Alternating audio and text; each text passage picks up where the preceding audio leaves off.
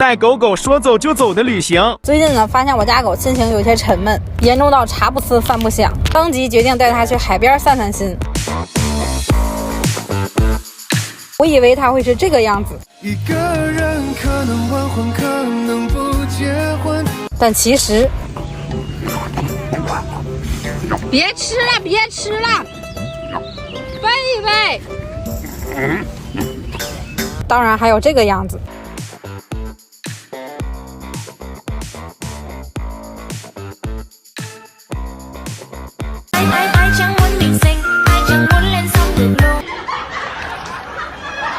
还有，我们的爱情就像一个击杀，你真的不牵挂，还做到了他的号码。废话，面对我不敢回答，跪下问你为啥，我受不了一个